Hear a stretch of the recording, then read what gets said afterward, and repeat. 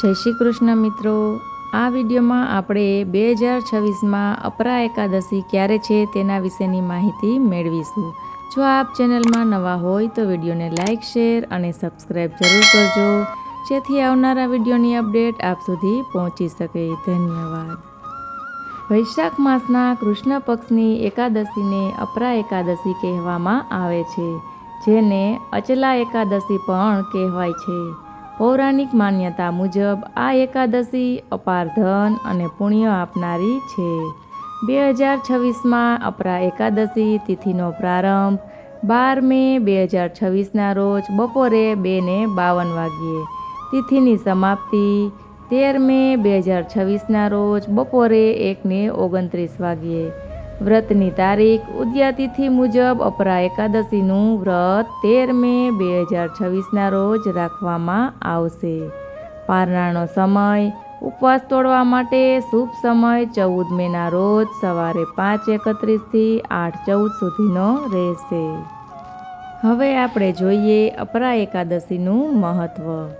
આ વ્રત કરવાથી બ્રહ્મહત્યા, પરનિંદા અને ભૂતયોની જેવા મહાપાપોમાંથી મુક્તિ મળે છે।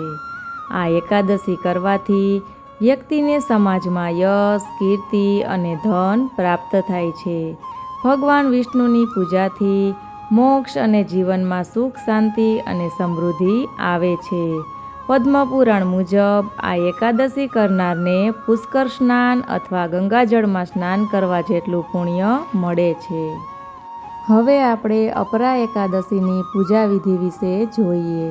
વ્રત કરનારે સવારે વહેલા ઉઠીને પવિત્ર સ્નાન કરવું અને સ્વચ્છ વસ્ત્ર ધારણ કરવા, વિષ્ણુ ભગવાનની સામે વ્રત કરવાનો સંકલ્પ લેવો, ભગવાન વિષ્ણુને ચંદન, ફૂલ, તુલસીના પાન, કાકડી, કેળા અથવા અન્ય મોસમી ફળોને અર્પણ કરવા, ભગવાન વિષ્ણુ અને લક્ષ્મીજીની સામે ઘીનો દીવો પ્રગટાવીને પૂજા કરવી અને આરતી કરવી। દિવસ દરમિયાન અથવા સાંજે અપરા એકાદશી વ્રત કથા અવશ્ય વાંચવી અથવા તો સાંભળી લેવી જોઈએ। જો નિર્જળા વ્રત ન કરી શકો તો ફળાહાર કરીને વ્રત રાખવું જોઈએ। બીજા દિવસે એટલે કે દ્વાદશીના દિવસે સવારે પૂજા કર્યા પછી બ્રાહ્મણ કે જરૂરિયાતમંદને ભોજન કરાવીને વ્રતના પારણા કરવા। અને પછી અપરા એકાદશીના વિશેષ ઉપાયો વિશે આપણે જોઈએ તો સાંજે તુલસીના છોડ નીચે ઘીનો દીવો પ્રગટાવવો અને 7 વખત પરિક્રમા કરવી, જેનાથી ઘરમાં સુખ, શાંતિ અને સમૃદ્ધિ આવશે।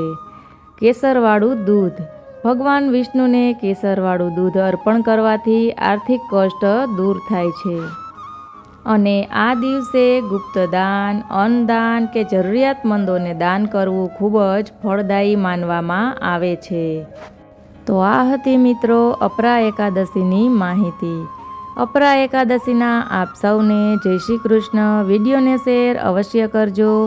ભગવાન વિષ્ણુની અસીમ કૃપા તમારા બધા ઉપર બની રહે એવા શુભ આશીષ। ધન્યવાદ।